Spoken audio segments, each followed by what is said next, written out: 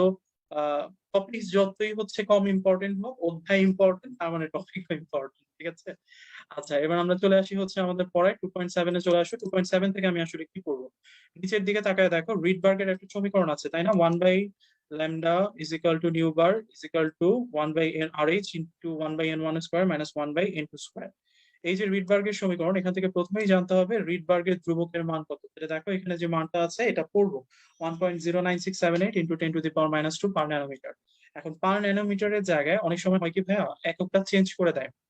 তাহলে যদি চেঞ্জ করে দেয় তাহলে কিভাবে পারবো, সেটা করার জন্য হচ্ছে এটা। তাহলে পার মিটার একক এটার মানটা একটু বলে দিয়ে রাখো, 10⁻7 পার মিটার। আর সেন্টিমিটার কিউবে হচ্ছে 10⁵ সেন্টিমিটার পার সেন্টিমিটার। ঠিক আছে। তাহলে মাথায় রাখতে হবে যে এইখানে দুইটা পাওয়ারের মান আমার হচ্ছে পজিটিভ পাওয়ার। ঠিক আছে, এটা যেন ভুল না হয়। অনেক সময় প্রশ্নে এটাকে -7 -5 দিয়ে দিতে পারে। ওকে। আচ্ছা, এবার চলে আসছে হচ্ছে নেক্সট টপিক। দেখো এখানে আমার টোটাল 6টা সিরিজের নাম আছে, এবং আনফরচুনেটলি তোমাদেরকে সিরিয়াল বাই সিরিজ গুলার নাম পড়তে হবে। যেমন 1 নাম্বারটা Lyman, 2 number Balmer, 3 number Paschen, 4 number Brackett, 5 number Pfund, 6 number হচ্ছে হার্ভিস। তোমাকে অ্যাডমিশন টেস্টে জিজ্ঞেস করবে, বলো তো ভাই পঞ্চম সিরিজের নাম কি? হবে অ্যান্সার ফান্ড। এখন এই যে 5টা সিরিজ বললাম, এই 5টা সিরিজ থেকে অবশ্যই যেটা পড়তে হবে সেটা হচ্ছে আবিষ্কারের সাল। ঠিক আছে। এখন খেয়াল করো, লাইম্যান 1906 সালে আবিষ্কৃত হয়, আর বামার আবিষ্কৃত হয় 1885 সালে। সহজ কথা হচ্ছে, কোন সিরিজটা সর্বপ্রথম আবিষ্কৃত হয়, তাহলে আমার অ্যান্সার হচ্ছে বামার। আর যদি বলে প্রথম সিরিজের নাম কি, তাহলে অ্যান্সার হচ্ছে লাইম্যান। কোয়েশ্চেন যদি বলি আবিষ্কৃত প্রথম সিরিজ কে, তাহলে অ্যান্সার হচ্ছে বামার। আর যদি জিজ্ঞেস করা হয় হচ্ছে প্রথম সিরিজের নাম কি, তাহলে আমার অ্যান্সার হচ্ছে লাইম্যান। তাহলে কোয়েশ্চেনটা একটু খেয়াল করতে হবে। এখন নেক্সট কোয়েশ্চেন আসতে পারে কি, যে লাইম্যান কে আবিষ্কার করছে, বামার কে আবিষ্কার করছে। এখন মজার কথা হচ্ছে, যে সিরিজের নাম যা আবিষ্কারকের নাম তাই, তাহলে লাইম্যান সিরিজের আবিষ্কারকের নাম লাইম্যান। ঠিক আছে। আচ্ছা, এরপরে তুমি খেয়াল করো, প্রতিটা যে সিরিজ আছে এগুলো আবার কিছু অঞ্চলে অবস্থিত। যেমন এটা হচ্ছে অতিবেগুনি অঞ্চল, বামারটা খুবই ইম্পর্টেন্ট, ট্রিপল স্টার দিয়ে রাখো। এটা কোন অঞ্চলে অবস্থিত ভাইয়া? দৃশ্যমান। Very very very very important. আর বাকি যে 4টা আছে সেগুলো একই অঞ্চলে অবস্থিত, এদের নাম হচ্ছে অবলোহিত। মেডিকেল অ্যাডমিশন টেস্টে এই প্রশ্নটা দিয়ে দিতে পারে যে একমাত্র দৃশ্যমান অঞ্চলের নাম কি, অ্যান্সার হচ্ছে বামার সিরিজ। ঠিক আছে। আচ্ছা, এবার নিচে চলে আসো। দেখো হেডলাইনটা হচ্ছে হাইড্রোজেন পরমাণুর বামার সিরিজের বিভিন্ন রেখা বর্ণালীর তরঙ্গ দৈর্ঘ্য, সংখ্যা ও বর্ণ। তাহলে খেয়াল করো, বামার যেহেতু বলে দিচ্ছে সবগুলোর N1 দেখো কত, 2 2 2 2। তাহলে ইলেকট্রন উপর থেকে ক্রমানুযায়ী 3 4 5 6 থেকে 2 এর মধ্যে আসছে। তাহলে তার তরঙ্গ দৈর্ঘ্য কি হয়েছে, তরঙ্গ সংখ্যা কি হয়েছে, আর রেখার বর্ণালী টাইপ কি হয়েছে। এখন প্রথম কথা হচ্ছে ভাইয়া, তরঙ্গ সংখ্যা কি এগুলো মুখস্থ করবো কিনা? না, কারণ এগুলো তো ইজি জিনিস, তাই না? তাহলে দেখো N2 হচ্ছে 3, N1 হচ্ছে 2, তাহলে আমার সূত্রে বসাই দিলেই তো হয়ে যায় 2 স্কোয়ার মাইনাস 3 স্কোয়ার। তাহলে 1/4 মাইনাস 1/9, 1/4 আর 9, এটার লসাগু হচ্ছে 36। তাহলে 36 উপরে 9 মাইনাস 4, দ্যাট মিনস 5/5 আর h বাই 36। তাহলে এই যে জিনিসটা ভাইয়া, এই জিনিসটাকে মুখস্থ করার কোনো প্রয়োজন আছে? নাই, এটা আমরা বুঝে বুঝে সূত্র দিয়ে পড়বো। তাহলে পার এই যে তরঙ্গ দৈর্ঘ্য কোথায় পড়ে ফেলছি ভাইয়া, 2.6 এই পড়ে ফেলছি, সো দরকার নেই। নেক্সট যেটা পড়তে হবে সেটা হচ্ছে সৃষ্ট রেখার বর্ণ। কেন? কারণ এটা প্রথম সারি, দ্বিতীয় সারি, তৃতীয় সারি, চতুর্থ সারি এভাবে সাজানো আছে। সুতরাং তোমাকে সারি আকারে নামগুলা মুখস্থ করতে হবে। কিভাবে করব? ওই যে দেখো নিচে একটা কথা লিখে রাখছি, হাইড্রোজেন পরমাণুর বামার সিরিজের সৃষ্ট রেখার বর্ণ, প্রথম সারি, দ্বিতীয় সারি, তৃতীয়, চতুর্থ, সিরিয়াল হচ্ছে 7421। মানে কি ভাইয়া, আপনারা ছোটবেলা থেকেই এটা পড়তেছেন, বে, নি, আ, স, হ, ক, লা, তাই না ভাইয়া? তাহলে এই যে বে, এই যে বেনিয়া সহকলা, এই যে লা, এটা হচ্ছে আমার কয় নাম্বার কালার? 7, এটা হচ্ছে 6, এটা হচ্ছে 5, এটা হচ্ছে 4, এটা হচ্ছে আমার 3, এটা হচ্ছে আমার 2, এটা হচ্ছে আমার 1। আলটিমেটলি এই যে সিরিজটা আছে, তাহলে 7 নাম্বার কালারটার নাম কি ভাইয়া? লাল। তাহলে দেখো এই যে প্রথম সারি কালার হচ্ছে লাল, দ্বিতীয় সারি দেখো 4 নাম্বারটা, তাহলে কালার কি? সবুজ, নীলাভ সবুজ। তৃতীয়টা কয় নাম্বারটা? 2 নাম্বারটা, তাহলে কি? নীল। চতুর্থটা কয় নাম্বারটা? 1 নাম্বারটা, তাহলে কি? বেগুনি। আমরা বেনিয়া সহকলা দিয়ে আমি এটার অ্যান্সারটা মনে রাখতে পারি, সিরিয়াল হচ্ছে 7421। ঠিক আছে। আচ্ছা, এইবার নিচের দিকে দেখো একটা দ্রষ্টব্যের পয়েন্ট আছে। তো এই দ্রষ্টব্যের পয়েন্টটা কিভাবে আসলো বা কেমনি বা আমরা পড়বো, এটা পড়বো হচ্ছে এইভাবে। খেয়াল করো, সমীকরণটা হচ্ছে এটা 1/λ is equal to RH into 1/n1 square minus 1/n2 square. Normally যে কোনো জায়গায় যখন আমরা কোনো সমীকরণ বের করি, তখন একটার তুলনায় আমরা আরেকটার অবস্থান দেখি। তাইলে আমরা যেরকম ধরো হচ্ছে যদি লিখি F is equal to M A, আবার lambda is equal to H by M V, ঠিক আছে? তাহলে আমরা দেখি কোনটা কোনটার তুলনায় বড় বা ছোট আছে। এই জিনিসটাকে কিন্তু এইভাবে লেখা হয়, H is equal to H divided by M V, তাই না? তাহলে মাথায় রাখতে হবে যে সামনের চিহ্নটা যদি প্লাস মাইনাস বা ভাগ কি দেওয়া আছে, যদি সামনের চিহ্নটা মাইনাস অথবা ভাগ দেওয়া থাকে, তাহলে যেই সম্পর্কটা হওয়ার কথা তার ঠিক উল্টা সম্পর্ক হবে। তাহলে এইখানে তোমরা খেয়াল করো ভাইয়া, যে যদি আমি বলি তোমাকে এফ এর সাথে এম এ, তাহলে ত্বরণের সাথে বল একই দিকে আছে, সামনে কোনো মাইনাস বা ভাগ নাই, সম্পর্ক কি সমানুপাতিক। আবার এইটা উপরে আছে, এটাও উপরে আছে, কিন্তু প্রবলেম হচ্ছে সামনের চিহ্নটা কি ভাগ, তাহলে সম্পর্কটা একই দিকে হবে না, উল্টা দিকে হয়ে যাবে, তাহলে এটার রিলেশন কি ব্যাসানুপাতিক, ঠিক আছে? সেম ভাবে এই ল্যামডাটা হচ্ছে আমার নিচে আছে, এই এন টুটা আমার নিচে আছে, তাহলে দুইটা একই দিকে আছে, প্রবলেম হচ্ছে সামনে কি মাইনাস ভাইয়া, তাহলে যেহেতু সামনে মাইনাস আছে, তাহলে ডেফিনেটলি এটা একই সম্পর্কের হবে না, বিপরীত হবে। তাই লিখছে দেখো, তরঙ্গ দৈর্ঘ্য যদি দীর্ঘতম হয় ইনটুর মান কি হবে ক্ষুদ্রতম, তরঙ্গ দৈর্ঘ্য যদি ক্ষুদ্রতম হয় ইনটুর মান কি হবে সবচেয়ে, ঠিক আছে? তো এই জিনিসটা অ্যাডমিশন টেস্টের জন্য বেশ ইম্পর্টেন্ট ভাইয়া, এই টপিকটা একটু মাথায় রাখতে হবে। এখন তোমরা আমাকে বলো ভাইয়া, যদি এখানে এটাকে আমি লিখতে পারি কি নিউ বার, না নিউ বার মানে কি তরঙ্গ সংখ্যা, তাহলে এখন বলো নিউ বার যদি বড় হয় তাহলে এন টু বড় না ছোট হবে, কোনটা হবে? বড় হবে। বড় ছোট হবে। হবে না ভাই। বড় হবে। আচ্ছা সবাই শিওর বড় হবে ভাইয়া? জি ভাইয়া। কনফার্ম? জি ভাইয়া। ওকে ভেরি গুড, ঠিক আছে। তাহলে আলটিমেটলি আমার এটার ভাইয়া অ্যান্সার আরেকবার হচ্ছে, একটু বলবেন, বুঝি নাই। আচ্ছা ঠিক আছে দাঁড়াও আরেকবার বলছি। খেয়াল করো এখানে আমার নরমালি ল্যামডাটা নিচে আছে, এন টুটাও আমার কি নিচে আছে, তাই এটা একই সম্পর্কের হওয়া উচিত ছিল, কিন্তু মনে রাখতে হবে সামনে যদি মাইনাস অথবা ভগ্নাংশ বা ভাগ এই কথাটা থাকে বা এই চিহ্ন বা প্রতীকটা থাকে, তাহলে রিলেশনটা উল্টা হয়ে যাবে, তাহলে এটা একই সম্পর্ক হওয়া উচিত ছিল, মাইনাস আসছে এই জন্য উল্টায় যাবে, বিপরীত হবে, দ্যাটস ওয়াই এটা দীর্ঘতম হলে এটা ক্ষুদ্রতম হয়, এটা ক্ষুদ্রতম হলে এটা সবচেয়ে বড় হয়। এখন এখানে যেটা বলছিলাম সেখানে খেয়াল করো নিউ বার, নিউ বারটা এখানে কি আছে উপরে আছে, আর এন রুটটা কি আছে নিচে আছে, তাহলে রিলেশনটার মেইন কথাই হচ্ছে যে আসলে সম্পর্কটা হওয়া উচিত ছিল কি ব্যস্তানুপাতিক, প্রবলেম হচ্ছে সামনে হচ্ছে কি মাইনাস, তাহলে ব্যস্তানুপাতিক না হয়ে উল্টা হবে, কি হবে সমানুপাতিক, তাহলে নিউ বার যদি বড় হয় এন টুর মান অবশ্যই কি হবে বড় হবে, ঠিক আছে? তাহলে এই ছিল মোটামুটি হচ্ছে কথা, যেগুলো আপনাকে একটু মনে রাখতে হতো এই অধ্যায়ের, এই টপিকসটা ভেরি ভেরি ইম্পর্টেন্ট 2.7, নেক্সট দিনের অধ্যায়ে বা প্রশ্নে এখান থেকে কোয়েশ্চেন আপনারা পাবেন, ওকে?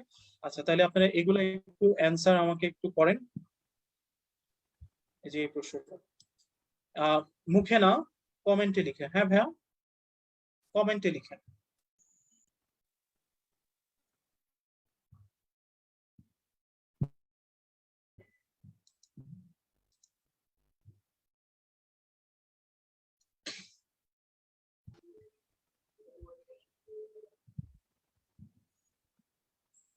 হ্যালো ভাইয়া।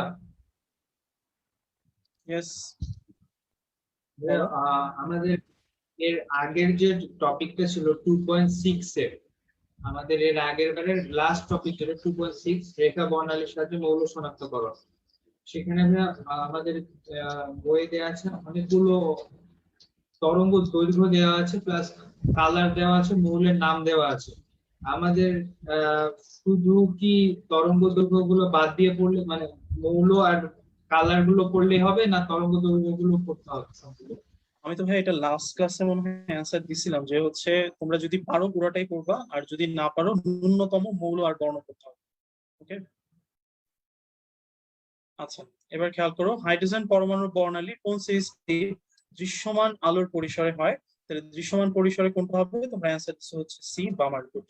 আচ্ছা এবার চলে আসা হচ্ছে নেক্সট কোয়েশ্চেন, এটার উত্তরটা একটু দাও।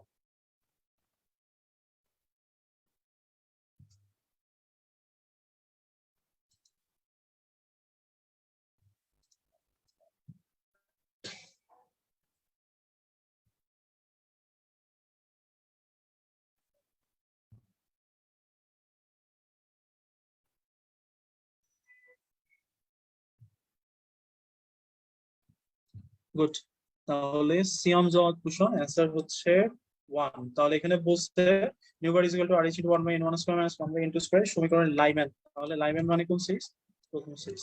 ওকে, তাহলে দেখো কোশ্চেন কিন্তু একদম ইজি, অ্যান্সার গুলো পারার মতো। ঠিক আছে, তাহলে দেখো এবার 2.8 জাল টাকা শনাক্তকরণে হেডলাইনটাই সবচেয়ে ব্যবহৃত হয় ইউভি রশ্মি। ঠিক আছে, এখন এই যে ইউভি রশ্মি, এই ইউভি রশ্মিটা আবার যে মূলনীতি সেখানে দেখো একটা কথা বলা আছে যে কারেন্সি নোটে সিকিউরিটি ডিভাইস রূপে আমরা অপটিক্যাল সেন্সর হিসেবে একটা রাসায়নিক পদার্থ ব্যবহার করি। রাসায়নিক পদার্থটার নাম কি? ফসফোর। তাহলে কারেন্সি নোটে জাল টাকা শনাক্তকরণের জন্য সিকিউরিটি ডিভাইস রূপে কোন রাসায়নিক পদার্থটা ব্যবহৃত হয়? ফসফোর। ঠিক আছে, আচ্ছা এবার ফসফোর সম্পর্কে তাহলে দুই একটা কথা একটু জানতে হবে। তাহলে ফসফোর একটি ক্ষুদ্র তরঙ্গ দৈর্ঘ্যের, এটা হচ্ছে 230 থেকে 375 ন্যানোমিটার, এবং এই ন্যানোমিটারে দেখা গেছে যে ফসফরের কিছু জটিল আয়নের মিশ্রণে কিছু ফসফোর তৈরিতে ব্যবহৃত হয়, যেগুলো হচ্ছে বিভিন্ন জটিল ধাতব অক্সাইড এবং ল্যান্থেনাইটস আয়ন। এখন মেডিকেল অ্যাডমিশন টেস্টে তোমাকে এই আয়ন গুলার নাম নাও দিতে পারে, তোমাকে যেটা দিবে সেটা হচ্ছে এই আয়ন গুলা কিছু কালার বিকিরণ করে সেই জিনিসটা। ঠিক আছে, এখানে 3 ধরনের আয়ন আছে, একটা হচ্ছে ইউরোপিয়ামের 2টা, একটা হচ্ছে ভাইয়া 3+, আরেকটা হচ্ছে ভাইয়া 2+, আর আরেকটা আছে হচ্ছে তোমার টারবিয়াম। ঠিক আছে, এই তিনটাই হচ্ছে ল্যান্থেনাইটস। তাহলে আলটিমেটলি এটার কালার হচ্ছে লাল, এটার কালার হচ্ছে ভাইয়া নীল, এটার কালার হচ্ছে সবুজ। এখন অ্যাডমিশন টেস্টে কিভাবে অ্যান্সার করব এটা না হয় বুঝতে পারলাম যে ভাইয়া এটা একটা কালারই আছে, পারবো। এটা তো 2টা কালার আছে। তুমি খেয়াল রাখবা যে জারণ সংখ্যা যার বেশি তার কালারটা একটু ডিপ হয়। যেমন এটার কালার হচ্ছে জারণ সংখ্যা হচ্ছে 3+, এটার কালার হচ্ছে একটু ডিপ লাল, আর এটা হচ্ছে 2+, এটার কালার হচ্ছে নীল। এইভাবে মনে রাখতে পারতেছি না, কেমনে আর মনে রাখবো? এটার নামের শেষে দেখা আছে ইটেরিয়াম অক্সাইড এবং ইউরোপিয়াম আয়ন, দ্যাট মিনস 3+। তাহলে ইটেরিয়াম অক্সাইড উচ্চারণ কার মতো? ইটের মতন। ইটের কালার কি? লাল। তাহলে এটার কালার হচ্ছে লাল। তুমি যেভাবে খুশি সেভাবে মনে রাখো, কোনো প্রবলেম নাই ভাই, কিন্তু তুমি অ্যান্সার করে আসো, সেটাই হচ্ছে আমার উদ্দেশ্য। ওকে, আচ্ছা এবার নিচের দিকে দেখো বাংলাদেশি কারেন্সি নোটের কথা বলছে, এগুলা ভাইয়া কখনো মেডিকেল অ্যাডমিশন টেস্টে আসে নাই, তো আমার মনে হয় না এগুলা লাগবে। এবার আসো প্রতিপ্রভা আর অনুপ্রভা। এই প্রতিপ্রভা আর অনুপ্রভা এগুলোর মধ্যে বেসিক অ্যাডমিশন টেস্টের জন্য যা লাগবে আমরা সেফ কতটুকুই পড়বো। তাহলে কি কি লাগবে? নাম্বার 1 হচ্ছে প্রতিপ্রভা বিকিরণ আর অনুপ্রভা বিকিরণের পার্থক্যটা আসলে কি। নর্মালি ভাইয়া প্রতিপ্রভা বিকিরণটা আসলে খুব স্বল্প সময়ের মধ্যে কাজ করে, তার মানে এটা কাজ করতে তোমার মিলি সেকেন্ড থেকে 10⁻⁻15 সেকেন্ডের মতো সময় লাগে, তার মানে অত্যন্ত কম সময়।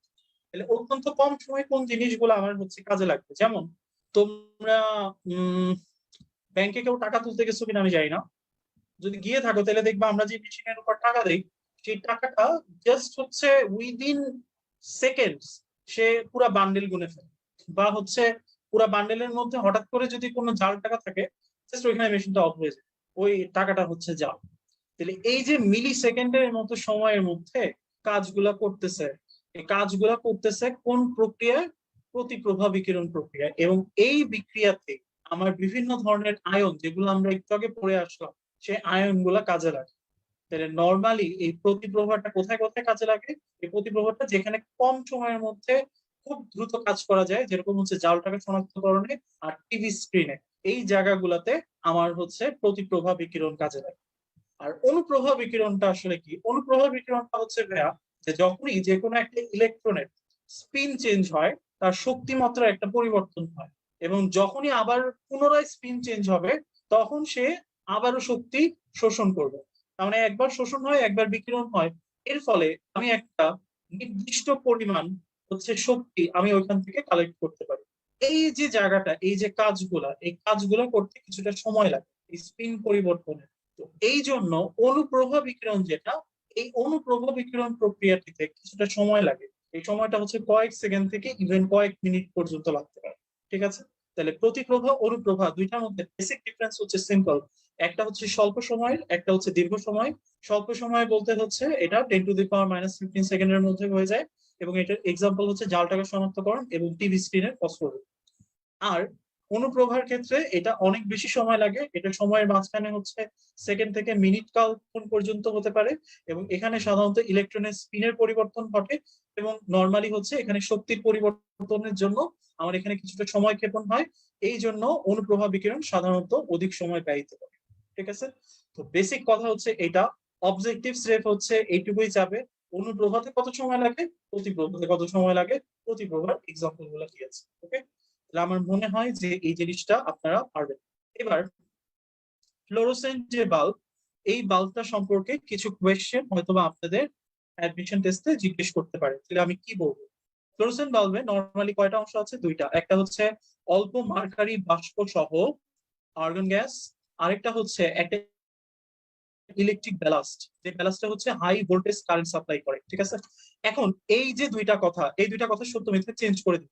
আপনাকে মোস্ট প্রবাবলি নিয়ন গ্যাস, সরি আর্গন গ্যাস যেটা আছে সেটা একটু মাথায় রাখতে হবে, এবং মার্কারি বাষ্প সেই কথাটি একটু মাথায় রাখতে হবে। কেন?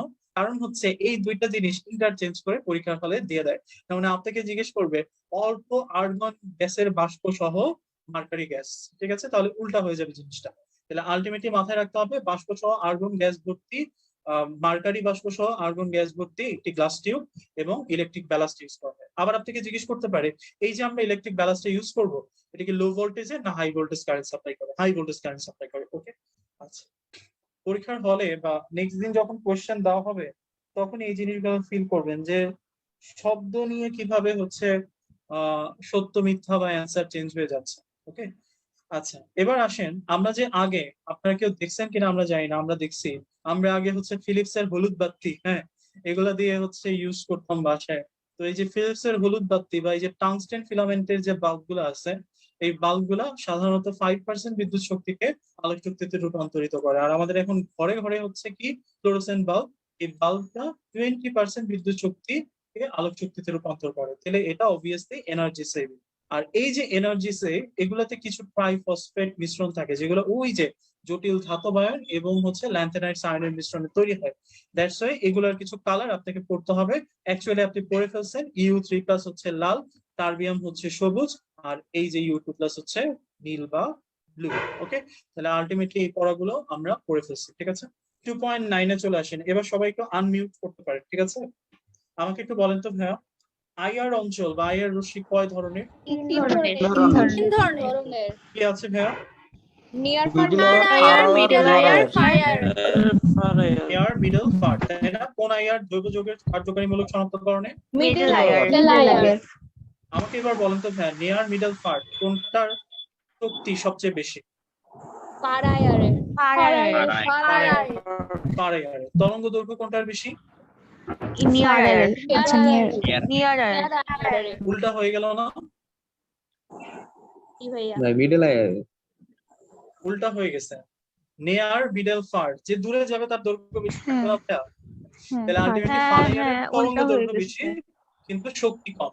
এই কথাটার আসলে কিভাবে, যে যার তরঙ্গ দৈর্ঘ্য বেশি তার যে শক্তি কম, সেটা আমরা অ্যাকচুয়ালি হচ্ছে কিভাবে বুঝি? খেয়াল করেন, আপনাদের নিশ্চয়ই মনে আছে আমরা এরকম একটা ইকুয়েশন করছিলাম, মনে আছে না? E = h nu, কার সমীকরণ যেন ভাইয়া?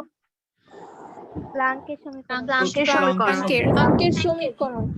তাহলে এই যে স্পন্দন সংখ্যা, এটাকে আমরা লিখতে পারি c/λ, আলোর বেগ। তাহলে আলটিমেটলি h প্লাঙ্কের ধ্রুবক, c হচ্ছে আলোর বেগ, দুইটাই ধ্রুবমান। তাহলে যে কোনো শক্তি তার তরঙ্গ দৈর্ঘ্যের সাথে কি সম্পর্কে বিদ্যমান হচ্ছে ভাইয়া? তাহলে সহজ কথা হচ্ছে যার তরঙ্গ দৈর্ঘ্য যত বেশি তার শক্তি তত কম। তাহলে এখানে দেখেন আমরা লিখছি কোনটির শক্তি সর্বাধিক, near IR, far IR, X-ray না মাইক্রোওয়েভ? আমি অ্যান্সার দিচ্ছি এক্স-রে। আমি কি ঠিক দিছিলাম, ভুল দিছি? ঠিক। কিভাবে ভাইয়া? আমরা গত ক্লাসে পড়ছিলাম আগুরার অতি সুন্দর দৃশ্য অবচেতন মন রাঙায়, তাই না ভাইয়া? এখন এই যে ছন্দটা, এই ছন্দটার প্রতিটা যে হচ্ছে বর্ণালী অঞ্চল, সেগুলোর মান বাম থেকে ডান দিকে আস্তে করে, তার মানে তরঙ্গের মানটা আস্তে করে কি করতেছিল, বাড়তেছিল। তাহলে তরঙ্গ দৈর্ঘ্য যদি বাড়ে তাহলে শক্তির মান বাড়বে না কমবে? কমবে। তার মানে সবচেয়ে বেশি শক্তি হচ্ছে কার? মহাজাগতিক আছে এখানে?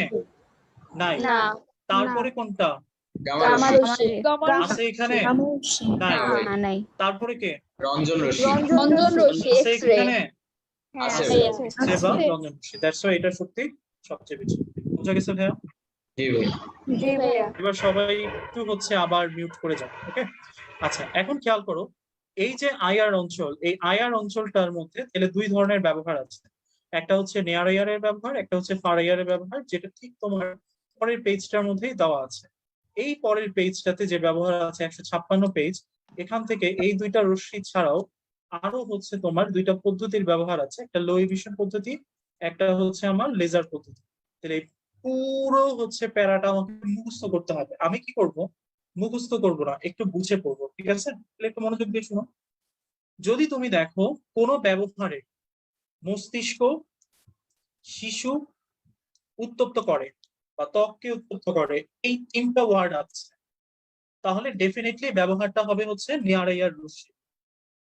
আর তোমাকে যদি প্রশ্ন করে এই তিনটা ব্যতিরেকে বাকিগুলা কার ব্যবহার, তাহলে তোমার অ্যান্সার হচ্ছে ফার আইআর। তাহলে এই তিনটা নিয়ার আইআর এর, বাকি যা কিছু আসবে ফার আইআর। এক্সাম্পল, যদি তোমাকে জিজ্ঞেস করে শিশুর মস্তিষ্কের গঠন নির্ণয়, তাহলে এখানে শিশু আছে, মস্তিষ্ক আছে, ডেফিনেটলি ব্যবহারটা কার? Near IR. Near IR. আর যদি তোমাকে জিজ্ঞেস করতো ভাইয়া যে ফিজিওথেরাপিতে বা হচ্ছে ফ্রোজেন শোল্ডারে যে ফিজিওথেরাপি প্রদান করা হয়, সেটা কোন রশ্মির সাহায্যে প্রদান করা হয়, তাহলে এখানে মস্তিষ্ক, শিশু, ত্বককে উত্তপ্ত, কোনো কথাই নাই, তাহলে আমার অ্যান্সারটা কি আইআর হবে? মুখস্থ করার কি আর প্রয়োজন আছে? না ভাইয়া। না ভাইয়া। ওকে, এবার আসো দুইটা পদ্ধতি, একটা লো এমিশন, একটা লেজার। আমরা লেজারটা পড়ব।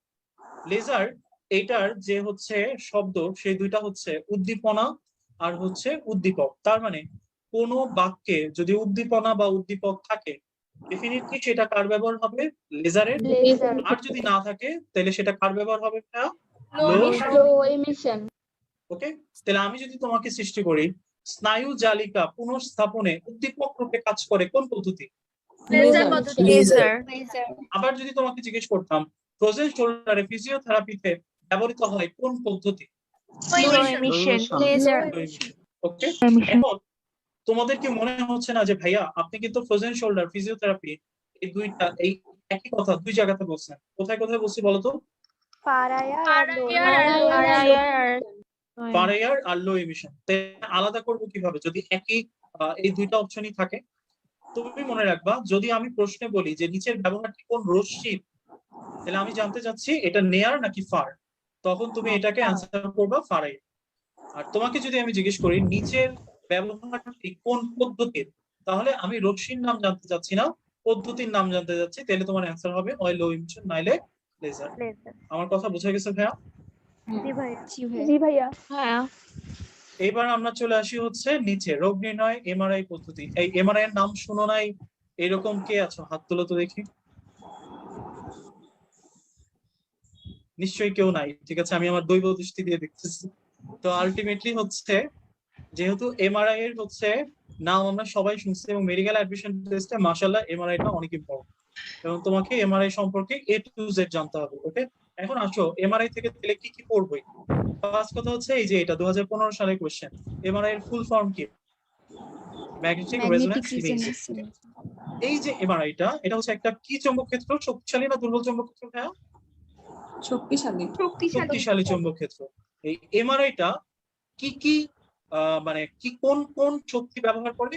এটা হচ্ছে শক্তিশালী চৌম্বক ক্ষেত্র এবং রেডিও তরঙ্গ দৈর্ঘ্য, ঠিক আছে?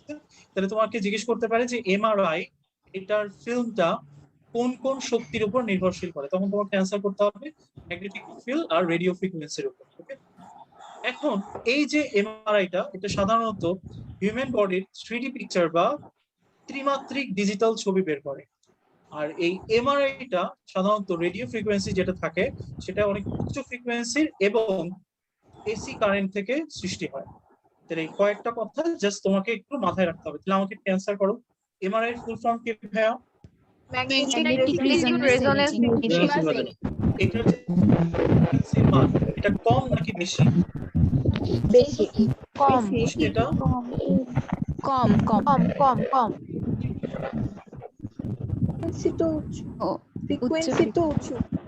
ফ্রিকোয়েন্সিটা অনেক হাই ফ্রিকোয়েন্সি, ঠিক আছে? ফ্রিকোয়েন্সিটা কত ভাইয়া? 1 into 1 into 10 to the power 4 hours. 4 hertz. এটা কি ধরনের কারেন্ট থেকে তৈরি হয় ভাইয়া? AC AC current। current। এবার নেক্সট যেটা লাগবে সেটা হচ্ছে এমআরআই এর ব্যবহার। হ্যাঁ, আপনাকে এমআরআই ব্যবহারগুলো একটু জানতে হবে। যেরকম হচ্ছে বৃদ্ধিজনিত টিউমার, ফর এক্সাম্পল কারো যদি ব্রেইন টিউমার হয় বা যে কোনো জায়গায় টিউমার হয়, তো ওই টিউমার যেমন হচ্ছে কোলাঞ্জিওকার্সিনোমা, গল ব্লাডারে যখন হচ্ছে টিউমার হয়, গল ব্লাডারের নালীতে টিউমার হয়, আমরা নরমালি হচ্ছে এমআরআই করতে দেই। বা হচ্ছে অন্য কোনো জায়গায় যদি হচ্ছে কোনো টিউমার হয়, আমরা এমআরআই করতে দেই। আঘাতজনিত অভ্যন্তরীণ রক্তক্ষরণ, যদি হচ্ছে কারো হচ্ছে মাথায় বাড়ি খেয়ে ওই জায়গায় হচ্ছে ব্লিডিং হয়েছে, কতটুকু হয়েছে বুঝতে পারতেছে, এমআরআই করো। রক্তনালী সংক্রান্ত রোগ, যেরকম হচ্ছে রক্তনালীর ভিতরে যদি কোনো ম্যালফরমেশন থাকে, AV malformation, artery venous malformation যেটাকে আমরা বলি, তখন আমরা এমআরআই ব্যবহার করি। কিংবা জীবাণু সংক্রমণ জনিত কারণ, কারো যদি ব্রেনের টিবি হয়, কিংবা কারো যদি ভাইরাল এনকেফালাইটিস হয়, কিংবা হচ্ছে ব্যাকটেরিয়াল এনকেফালাইটিস হয়, কোন ব্যাকটেরিয়া দিয়ে দিচ্ছে, এগুলা জানার জন্য আমরা নরমালি হচ্ছে এমআরআই ব্যবহার করি। এছাড়া ওই যে বললাম মস্তিষ্কের টিউমার, যদি লিগামেন্ট টর হয়, আর হচ্ছে মেরুরজ্জু টিউমার শনাক্তকরণে এমআরআই অত্যন্ত কার্যকর। এখন অনেকগুলো টপিক বললাম যেগুলো হচ্ছে মেডিকেল টপিক। তো আলটিমেটলি মেডিকেল টপিক গুলো তোমার লাগবে না, তোমার জাস্ট ওয়ার্ড গুলো জানলেই হবে। টিউমার, রক্তক্ষরণ, রক্তনালী সংক্রান্ত রোগ, জীবাণু সংক্রমণ, মেরুরজ্জু টিউমার, মস্তিষ্কের টিউমার, আর হচ্ছে টর লিগামেন্ট। ঠিক আছে, এই কয়েকটা জায়গায় আমরা কোনটাকে ব্যবহার করি? M R. ওকে, এবার নিচে নেমে আসো। এমআরআই এর মূলনীতি সবসময় মনে রাখবা, এমআরআই অলওয়েজ ডিপেন্ড করে হচ্ছে এই যে এই জিনিসটার উপর। এই জিনিসটার নাম কি ভাইয়া? এনএমআর। এটা ফুল মিনিংটা বলো তো ভাইয়া। Nuclear magnetic resonance. Nuclear magnetic resonance. Nuclear magnetic resonance. তাহলে এটার উপর কে ডিপেন্ড করে? এমআরআই। ঠিক আছে, এখন এই যে এনএমআর, এই এনএমআরটা আসলে কি সেটা আগে তাহলে একটু জেনে ফেলি। তোমরা 2.11, হ্যাঁ দেখো একটা প্যারা আছে, শিক্ষা পরীক্ষা দ্বারা ধাতব আয়ন শনাক্ত করো। এই জায়গাতে দেখো এনএমআর এর 3টা বৈশিষ্ট্য আছে। এই 3টা বৈশিষ্ট্য তোমাকে একটু জানতে হবে। এখন এই 3টা বৈশিষ্ট্যর ক্ষেত্রে তুমি একটু খেয়াল করো যে কি কি বলছে। এনএমআর হলো যাদের ক্ষেত্রে প্রোটন বা নিউট্রন এই সংখ্যাটা বিজোড়, তার মানে হয় প্রোটন না হয় নিউট্রন, অথবা দুইটাই বিজোড়, তাইলে সেটা হচ্ছে আমার এনএমআর পরমাণু। তাহলে প্রশ্ন হচ্ছে ভাইয়া 2টা বিজোড় থাকলে এনএমআর, একটা থাকলেও কি এনএমআর কিনা? হ্যাঁ, যদি একটা বিজোড় থাকে তাহলেও এনএমআর, 2টা থাকলে ডেফিনেটলি এনএমআর। ওকে, তাহলে এদের প্রোটন বা নিউট্রন নাম্বার অলওয়েজ কেমন সংখ্যক হবে? বিজোড় সংখ্যক। নাম্বার 2, এই যে এনএমআর পরমাণু, এরা নিউক্লিয়াসে এসে কোন ধরনের ম্যাগনেটিক মোমেন্টে থাকে? দুর্বল। আর এই প্রবল চৌম্বক ক্ষেত্রের প্রভাবে এই দুর্বল এনএমআর পরমাণু একটা রেডিও ফ্রিকোয়েন্সির সাহায্যে একটা সিগন্যাল গঠন করে। সিগন্যালটার নাম হচ্ছে অনুরণন সিগন্যাল। তাহলে এই 3টা পয়েন্ট আপনাকে অবশ্যই কেন মনে রাখতে হবে? সত্য অথবা মিথ্যা এই কোশ্চেনের অ্যান্সার করার জন্য। ওকে, এইবার আমরা একটু ওই বেসিকে আসি। বেসিকে আমাকে বলছে যে হচ্ছে এমআরআইটা অ্যাকচুয়ালি কিভাবে কাজ করবে। আমাকে বলতো ভাইয়া, হিউম্যান বডিতে সবচেয়ে বেশি থাকে কি? পানি। কত পার্সেন্ট? 70%. 70%. তাহলে পানির মধ্যে একটা পরমাণু হচ্ছে হাইড্রোজেন, আরেকটা পরমাণু হচ্ছে অক্সিজেন। এমআরআই করতে গেলে অবশ্যই আমার কি পরমাণু লাগবে ভাইয়া? Hydrogen. NMR. তাহলে এখানে হাইড্রোজেনের প্রোটন কত ভাই? একটা। নিউট্রন? 0 নাই। সংখ্যা হচ্ছে 1, তাই না? অক্সিজেন 16, নিউট্রন হচ্ছে 8টা, প্রোটন হচ্ছে 8টা। তাহলে এই দুইটার মধ্যে কোনটার প্রোটন বা নিউট্রন যে কোনো একটা অন্তত বিজোড় আছে? Hydrogen. হাইড্রোজেনটা হচ্ছে আমার কি পরমাণু? NMR. অক্সিজেন কি এনএমআর পরমাণু? না। এটা কিন্তু অ্যাডমিশন টেস্টে দিবে, নিচের কোনটি এনএমআর পরমাণু। তাহলে পারা যাবে ইনশাআল্লাহ। ওকে, তাহলে মেইন কথা হচ্ছে যদি বডিতে হাইড্রোজেনের কনসেন্ট্রেশন বেড়ে যায়, তাহলে আমার অধিক সংখ্যক এনএমআর পরমাণুর জন্য অনুরণন সিগন্যাল কম হবে না বেশি হবে? বেশি হবে। বেশি তখন সেখানে শক্তি কম শোষিত হবে নাকি অধিক শোষিত হবে? অধিক শোষিত হবে। অধিক শোষিত হবে। ফলে হচ্ছে ওই জায়গার একটা সুন্দর পিকচার আমি পাবো। এমআরআইটা অ্যাকচুয়ালি এই হাইড্রোজেনের কনসেন্ট্রেশনের উপর ভিত্তি করেই তৈরি হয়। এখন তুমি আমাকে বলো তো ভাইয়া, সুস্থ কোষ আর অসুস্থ কোষ কোন জায়গাটার জন্য আমি এমআরআই করতে চাই? সুস্থ কোষের জন্য না অসুস্থ কোষের জন্য। তাহলে অসুস্থ কোষে হাইড্রোজেনের কনসেন্ট্রেশন বাড়বে না কমবে? পারবে পারবে পারবে। কম আচ্ছা পারবে দেখো জিনিসটা বুঝছো না, যে কোনো জায়গায় যদি হাইড্রোজেন বেশি থাকে তাহলে অনুরণন সিগন্যাল বাড়বে, ঠিক আছে। আমার যেখানে অসুস্থ কোষ আছে, ফর এক্সাম্পল ধরো হাইড্রোজেনের কনসেন্ট্রেশন কখন বাড়ে, পানি বাড়লেই তো বাড়ে, তাই না? কারণ পানি থেকেই তো আমার হাইড্রোজেনটা আসতেছে, তাই না? তাহলে পানি কখন বাড়বে, ধরো হচ্ছে কোনো জায়গাতে তুমি আঘাত পেয়েছো, ফর এক্সাম্পল কোনো জায়গায় ইনফ্লামেশন হয়েছে। এখন যে কোনো জায়গায় ইনফ্লামেশন হইলে সে জায়গায় দেখবা ওই যে টম এন্ড জেরিতে আমরা দেখতে পাই গোলালুর মতো হচ্ছে সুন্দর করে ফুলে গেছে, এবং হচ্ছে দেখা যায় একটু লাল হয়ে গেছে জায়গাটা, এভাবে হচ্ছে ডলতে হচ্ছে, এবং যদি এই জায়গাটার মধ্যে হাত দাও দেখবে একটু গরম গরম, ঠিক আছে। তাহলে আলটিমেটলি যে কোনো জায়গায় ইনফ্লামেটরি রিলেশন হওয়া মানে ওই জায়গাটা ফুলে যায়, তার মানে ওই জায়গাটা ইডেমাটাস হয়ে যায়, ইডেমাটাস মানে ওই জায়গায় পানি আসে। তাহলে যে কোনো জায়গায় যদি পানি আসে, তাহলে পানি যদি আসে তাহলে কোনটার কনসেন্ট্রেশন বাড়ছে, পানির সাথে হাইড্রোজেনের, হাইড্রোজেনের সাথে অনুরণন সিগন্যালের মান বাড়বে, অনুরণন সিগন্যাল মান অধিক পরিমাণ শোষণ করবে, ফলে হচ্ছে এমআরআই তে অসুস্থ কোষের ছবিটা আমরা পেয়ে যাব। তাহলে প্রশ্ন হচ্ছে সিম্পল, আপনাকে এত কিছু পড়ানোর উদ্দেশ্য আমার আসলে এটা যে আপনার বইয়ের মধ্যে একটা ছোট্ট লাইন আছে যেটা আপনারা প্রবলেম ফেসিং এর সময় জিজ্ঞেস করেন যে ভাই এটা মানে বুঝি না, এটাই বুঝাই দিলাম। দেখেন বলছে ক্ষতিগ্রস্ত আর রোগাক্রান্ত টিস্যুতে পানির পরিমাণ কমে যায় না বেড়ে যায়? বেড়ে যায় বেড়ে যায় তখন পার্শ্ববর্তী সুস্থ টিস্যুর চেয়ে ওই অসুস্থ অংশে রেডিও ফ্রিকোয়েন্সি শোষণ তীব্রতাও কমে যায় না বেড়ে যায়? বেড়ে যায় ঠিক আছে, তাহলে আলটিমেটলি জাস্ট এই জিনিসগুলা একটু ছোট্ট করে জেনে নিবেন, ওকে। আরেকটা কথা যেটা হচ্ছে যে এমআরআই আবিষ্কারের জন্য দুজন বিজ্ঞানী পল আর পিটার ম্যানসফিল্ড এরা হচ্ছে নোবেল পুরস্কার পান। আরেকটা কথা একটু খেয়াল রাখবেন, যদি এই কথাটা এখন আর কাজে লাগে না, তারপরে যেহেতু বই আছে পড়বো আমরা, এমআরআই মেশিনে শক্তিশালী চৌম্বক থাকে, তাই হার্টের পেসমেকার বা কৃত্রিম হৃদস্পন্দন ব্যবহারকারী রোগীর ক্ষেত্রে বা হেয়ারিং এর যাদের ক্ষেত্রে আছে, বা কোনো ধরনের প্রস্থেটিক জয়েন্ট লাগানো আছে বা কোনো প্রস্থেটিক্স লাগানো আছে যেটা খুলে রাখা যাবে, সেটা খুলে এমআরআই করতে হবে। তবে এখনকার দিনে যেটা মডার্ন টেকনোলজি সেটাতে আমরা দেখি এমআরআই কম্পিটেবল হার্টের পেসমেকার, হেয়ারিং এর এগুলা পাওয়া যাচ্ছে, তো এখন আর এগুলাতে প্রবলেম হয় না। তারপরে জেনে রাখবেন এই জন্য বইয়ের মধ্যে আছে, স্যাররা দিয়ে দিতে পারে, ঠিক আছে। ওকে, এইবার একটা ছোট্ট জিনিস আমি আপনাদেরকে একটু দেখাই দেই। দেখেন আপনাদের মনে আছে এমআরআই এটা কার উপর নির্ভরশীল?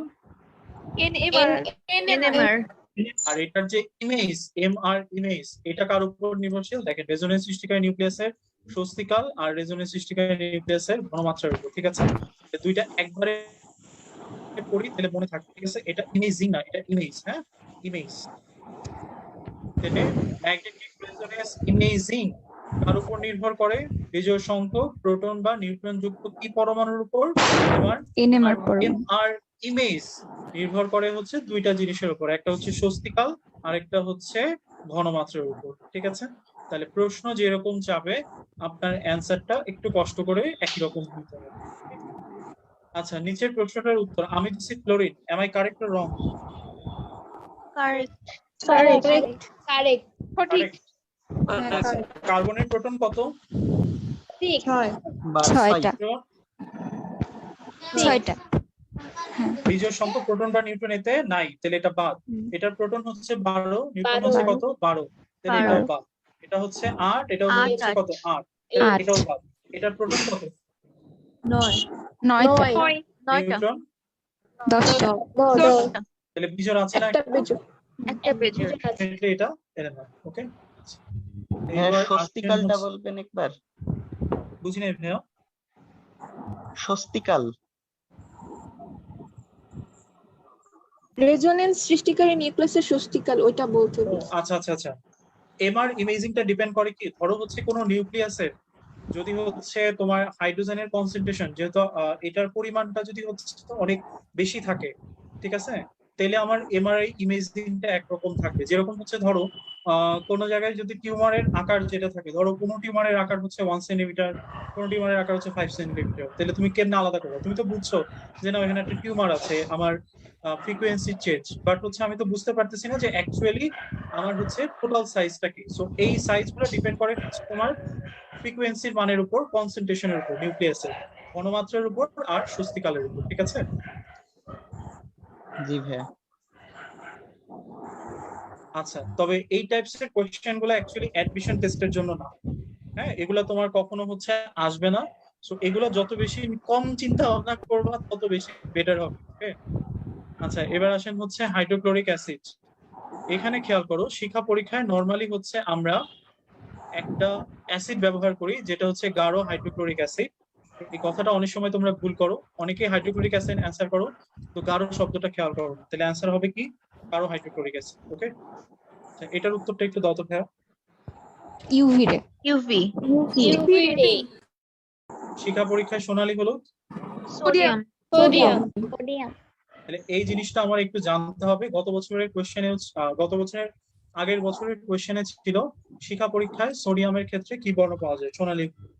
আমার খালি চোখে কি আর কোবাল্ট ব্লু গ্লাসে কি, এটা একটু জানতে হবে। কোবাল্ট ব্লু গ্লাসে বেসিক্যালি দুইটা পড়লেই হয়, কারণ বাকিগুলোর কোনো বিশেষ বর্ণ নাই। একটা হচ্ছে পটাশিয়ামের ক্ষেত্রে গোলাপি শিখা, একটা হচ্ছে ক্যালসিয়ামের ক্ষেত্রে হালকা সবুজ শিখা। আর নরমালি বাকিগুলো আমরা জানি। বলতো পটাশিয়ামের ক্ষেত্রে কি কালার পাওয়া যায়, হালকা বেগুনি। কপারের ক্ষেত্রে কি পাওয়া যায়, বেসিক্যালি নীলাভ সোডিয়ামের ক্ষেত্রে কি কালার পাওয়া যায়, সোনালী। ক্যালসিয়ামের ক্ষেত্রে কোনটা, তাহলে এই অবজেক্টিভ গুলা একটু কষ্ট করে উত্তর দাও।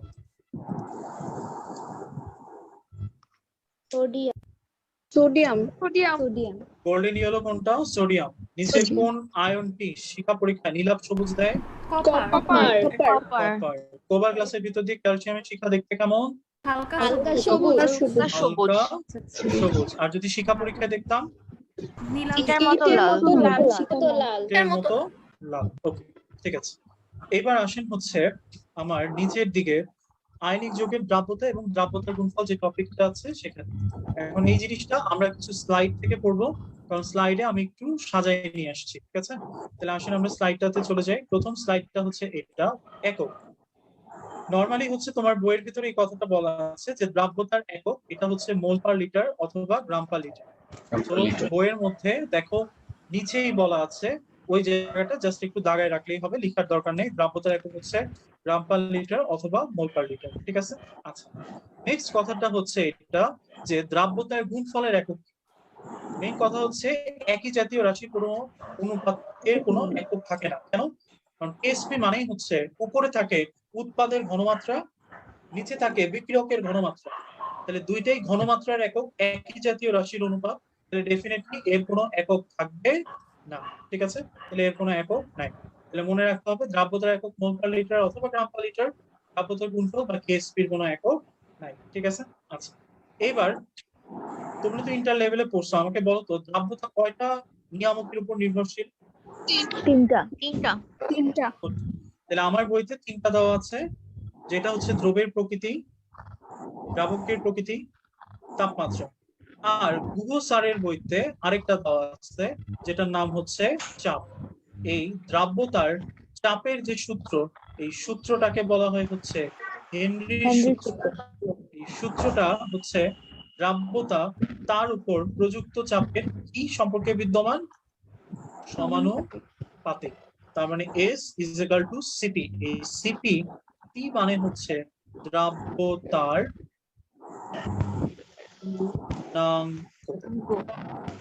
ঠিক আছে, তাহলে আলটিমেটলি এই কথাটা একটু মাথায় রাখতে হবে যে গুগো স্যার বইতে যেহেতু আছে আমরা জাস্ট একটু দেখে রাখবো। তাহলে এই চারটা হচ্ছে আমার নিয়ামক। এখন এই নিয়ামক গুলোর মধ্যে সবচেয়ে ইম্পর্টেন্ট হচ্ছে আমার তাপমাত্রাটা। তাপমাত্রা সাধারণত দুই ধরনের হয়ে থাকে বা দুই ধরনের তাপমাত্রার বিক্রিয়া আমি পেয়ে থাকি, একটা হচ্ছে তাপোৎপাদী, একটা হচ্ছে তাপহারী বা তাপশোষী। এখন এই যে তাপশোষী আমরা সবাই জানি যে যে কোনো তাপশোষী বিক্রিয়ার ক্ষেত্রে তোমরা আমাকে অ্যান্সার করবে, যদি তাপমাত্রা বাড়াই তাহলে লাসাতেলিয়ার নিয়ম অনুযায়ী বিক্রিয়া সামনের দিকে যাবে না পিছনের দিকে যাবে, সামনের দিকে সামনের দিকে যাবে তার মানে বিক্রিয়ার যে সম্মুখমুখী, দ্যাটস ওয়াই দ্রাব্যতার পরিমাণটা বাড়বে না কমবে, গুড। তাহলে তাপশোষী বিক্রিয়ায় তাপমাত্রা বাড়াইলে দ্রাব্যতা বৃদ্ধি পায়। ঠিক আছে, আর তাপহারীতে উল্টা। তাপহারীর নিয়ম কি, যদি তুমি তাপমাত্রা বাড়াও লাসাতেলিয়ার নিয়ম অনুযায়ী সামনে যায় না পিছনে যায়, পিছনে যায় বেড়ে যাবে না আরো কমে আসবে, কমে তাপোৎপাদী বিক্রিয়ায় তাপমাত্রা বাড়াইলে দ্রাব্যতা কমে না বাড়ে, কমে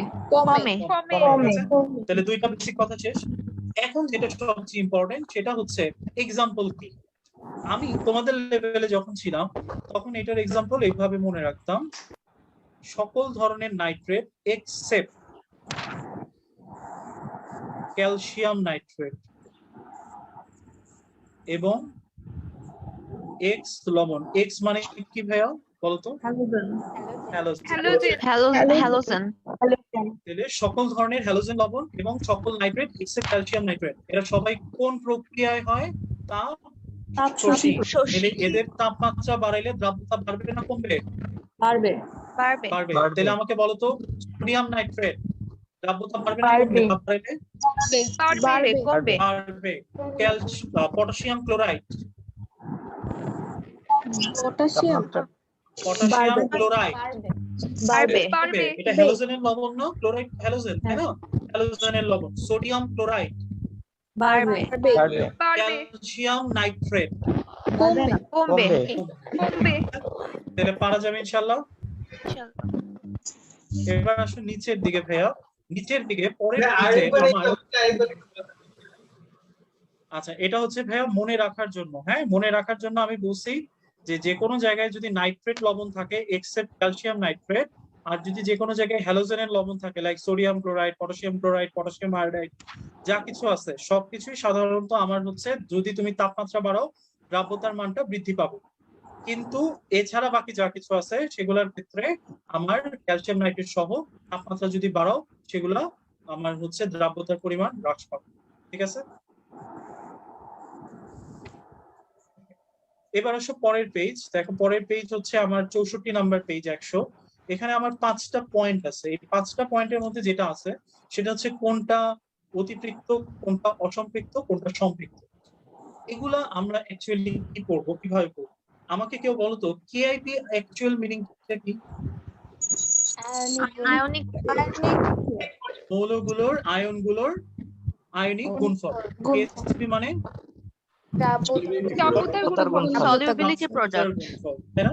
আচ্ছা, বোঝার জন্য আমি মনে রাখতাম কেআইপি মানে হচ্ছে দ্রবের পরিমাণ, মানে যতটুকু পরিমাণ দ্রব্য আমি দিচ্ছি সেটা। কেএসপি মানে হচ্ছে দ্রবীভূত করার ক্ষমতা। অ্যাকচুয়ালি কিন্তু তাই, এটা জাস্ট মনে রাখার জন্য।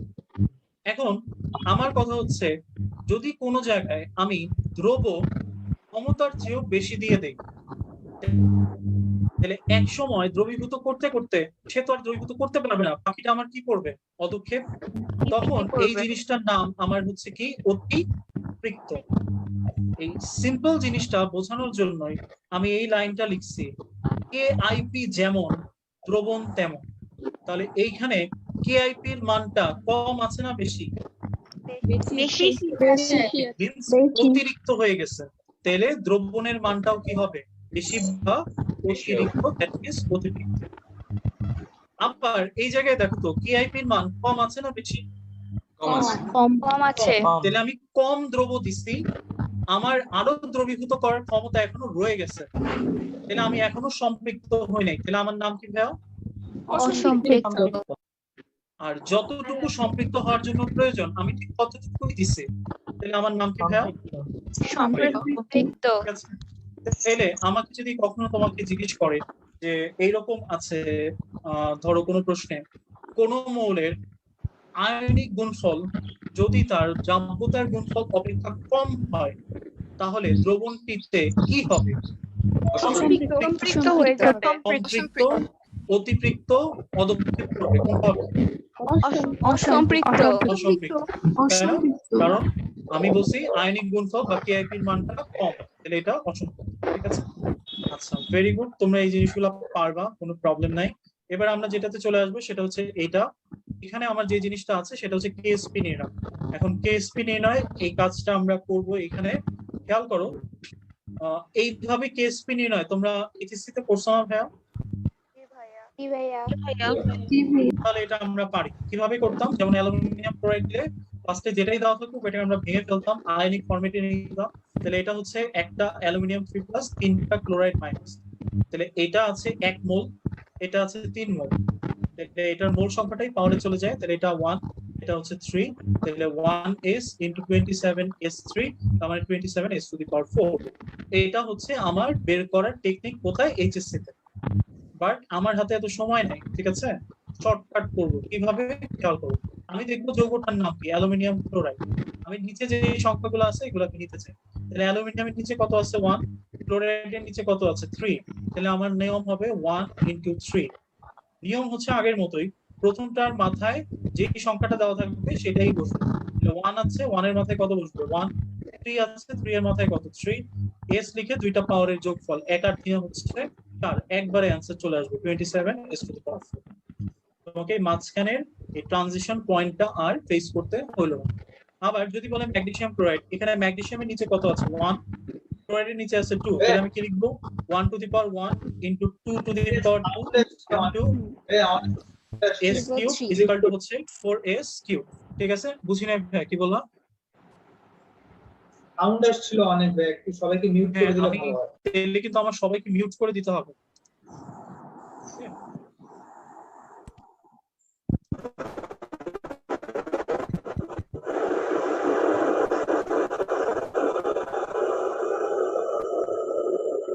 ওকে, আচ্ছা এবার আসো হচ্ছে নেক্সট টপিকে। তাহলে এটার আমার অ্যান্সার আসলে হচ্ছে 4s³। এখন আমার যদি হচ্ছে কোনো জায়গায় কোনো আয়ন না থেকে কোনো মূলক থেকে থাকে, ঠিক আছে? ইয়েস, এই টপিক একটু আরেকবার বুঝলে ভালো হইতো। আমি তো এখনো শেষ করি নাই ভাইয়া, দেখো তাহলে শেষ হয় নাই, এখনো চলছে।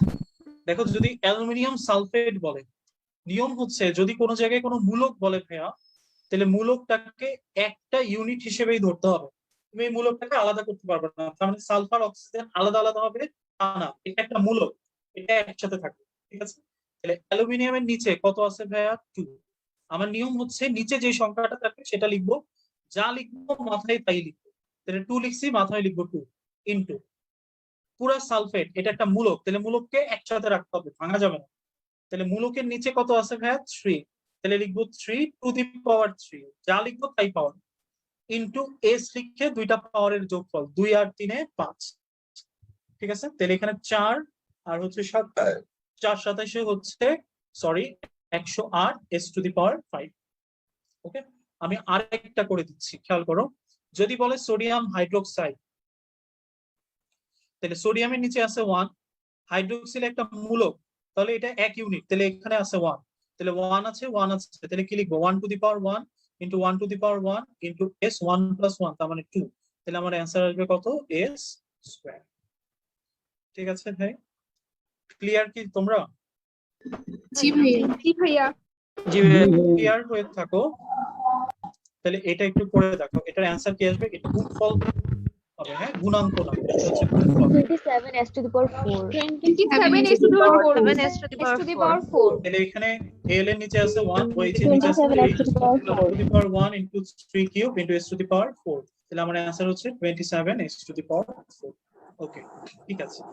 এইবার চলে আসো হচ্ছে এইরকম একটা ম্যাথে, এই ম্যাথটার অ্যান্সার কি হবে? মেডিকেল অ্যাডমিশন টেস্টে এই টাইপের ছোটখাটো ম্যাথগুলো আসবে। তোমরা যে বড় বড় ম্যাথগুলো প্র্যাকটিস করো, এগুলো দয়া করে প্র্যাকটিস করবো না। এগুলা কমেন্ট সেকশনে দিলেও আমি কিন্তু বলে দিব এই ম্যাথ লাগবে না, ঠিক আছে? কারণ 1-1.5 পেজের ম্যাথ উইদাউট ক্যালকুলেটর ছাড়া, টাইম ওয়েস্ট ছাড়া কিছু না, ঠিক আছে? তো এখন আমাদের টাইম ওয়েস্ট করার মতো সময় নাই, আমাদেরকে যতটুকু সম্ভব যেগুলো আসবে তাই করব। এ নাম্বারটা আনসার। প্রথমটা হবে 3 মোল। Very good. তাহলে a to b, তার মানে এটা হচ্ছে আমার 2² b এর নিচে আছে 1, তাহলে 1⁻1 s³, তার মানে এটা কি 4s³, তাই না? তাহলে এখানে 4s³ এর মানটাই দেওয়া আছে 4 × 10⁻⁹, তাহলে সুতরাং s³ যেহেতু 4 আর 4 কাটা 10⁻⁹, s = 10⁻⁹ 1/3। এখন মনে রাখবা যে কোনো পাওয়ার যেটা এই পাশে আসে সেটা যখন এই পাশে চলে আসবে তখন এই পাওয়ারটা উল্টায় যাবে।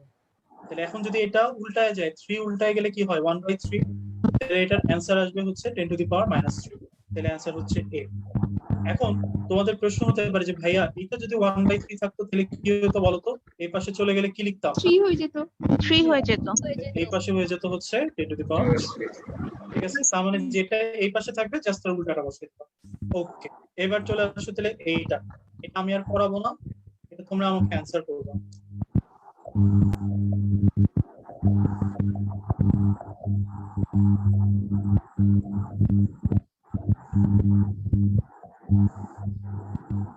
কোনটা অ্যান্সার? খুব